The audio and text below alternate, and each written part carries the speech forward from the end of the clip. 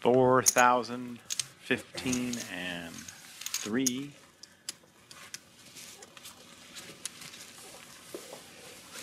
Ferguson's first act.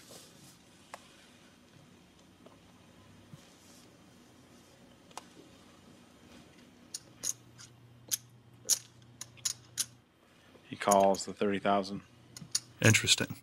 Chris limped in and Bruce is still to act. I'm happy to see a cheap flop for half the big blind with this hand, though.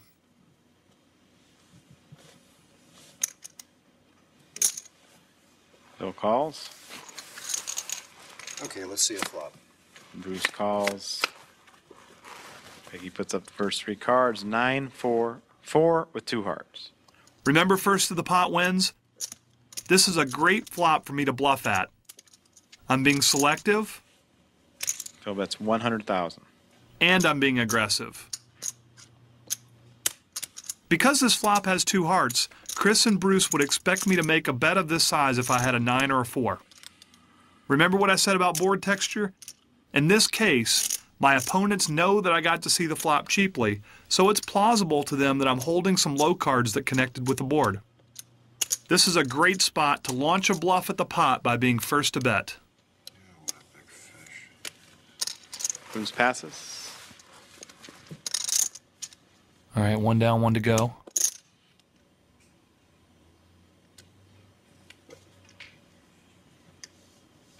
Come on, Chris, fold your hand, fold your hand.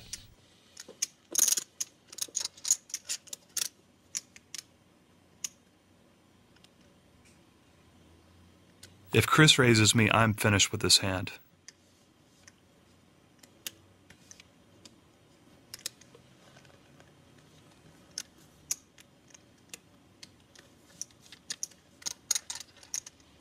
No call. Phil Gordon wins the pot. All right. That felt good. By having the guts to act on favorable circumstances, I was first to the pot, and I won a hefty chunk of change for my bluff.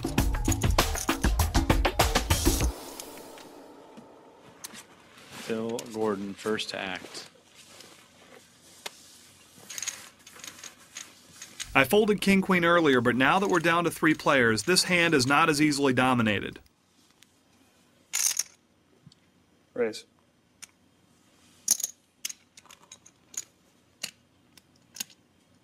Phil's going to raise it 105,000. All right. Here's it out. Got the boxer out.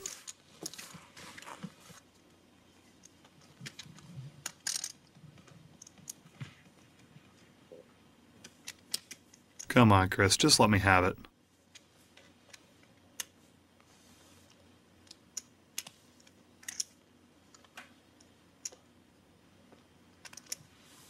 Chris Ferguson calls 105,000.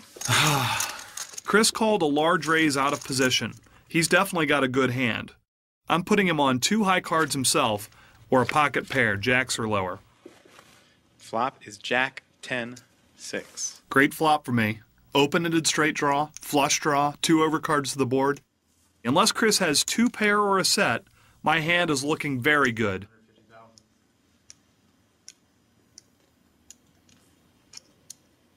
Chris checks it. I'm going to bet right out here as a semi-bluff. A semi-bluff gives me 2 ways to win. First, Chris may fold. Second, if he does call my bet, I've still got 18 outs that can make my hand a winner. 150. So that's 150,000.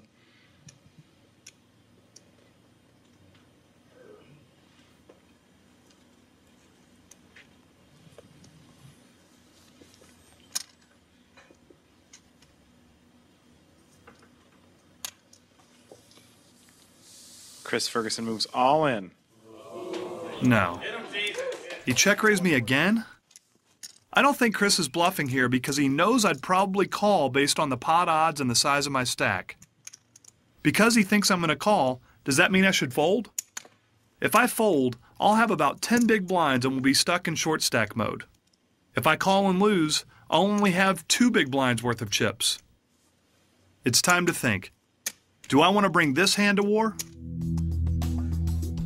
When I think my opponent has only 1 pair, and I have a hand with 15 outs or more with 2 cards to come, I've got more than a 50% chance of making my hand. Add the fact that my opponent may fold, and it becomes obvious. This is a great hand to bring to war. I got a call. Phil Gordon's called. He's got king, queen of clubs. He's got a straight draw and a flush draw. Top pair for Chris Ferguson. Ace, jack. He's in the lead right now. I'm ahead, but you're the favorite, it looks like. Yeah. With 2 cards to come and 18 outs, I'm actually better than 60% to win from here.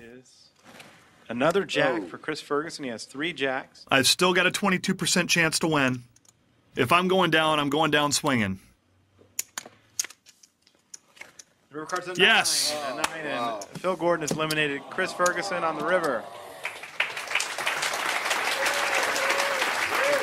It's only a 9. It's only fitting a 9 finally did you win. Well, it is only fair.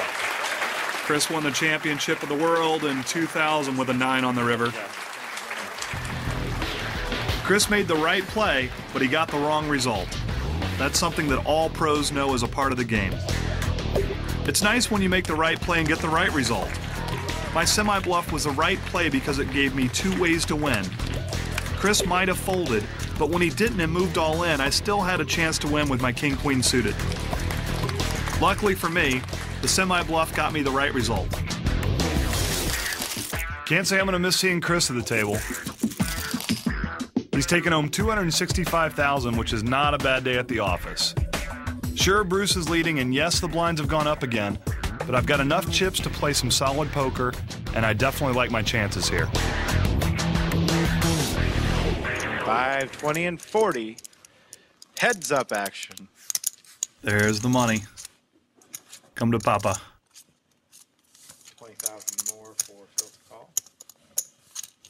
When playing heads up, this is a good hand to raise with, especially when I'm in position. 20,000. I'm going to take control of the betting right now. Raise it. That's been raised to 120,000. 80,000 raised. I call. And Bruce calls.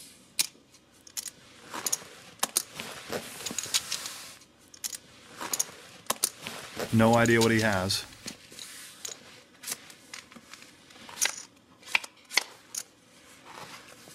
Flop is queen 8-5 with 2 clubs. Great flop. I've got the top pair. Yes, my kicker isn't very strong, but in heads-up play, top pair alone is very good. I check. Bruce checks. There's a flush draw on the board, and my pair of queens is vulnerable to an ace or a king, so I'm going to bet 2/3 of the pot. I'm going to let the texture of the board determine my bet. 200. 200,000 by Phil Gordon. I want to win the pot right here.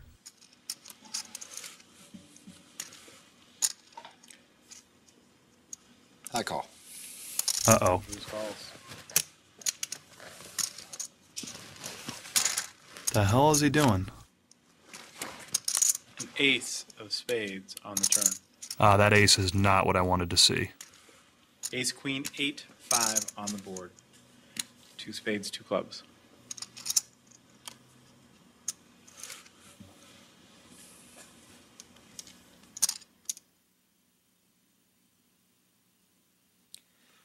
I'm all in. All in for Bruce Buffer.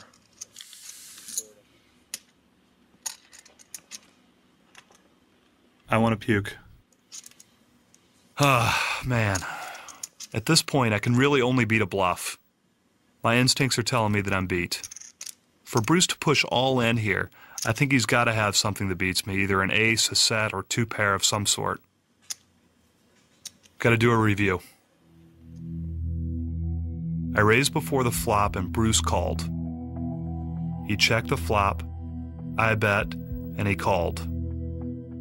The ace comes on the turn, Bruce goes all in. Bruce bluffs, but he's got to be afraid that I've got an ace or a big queen.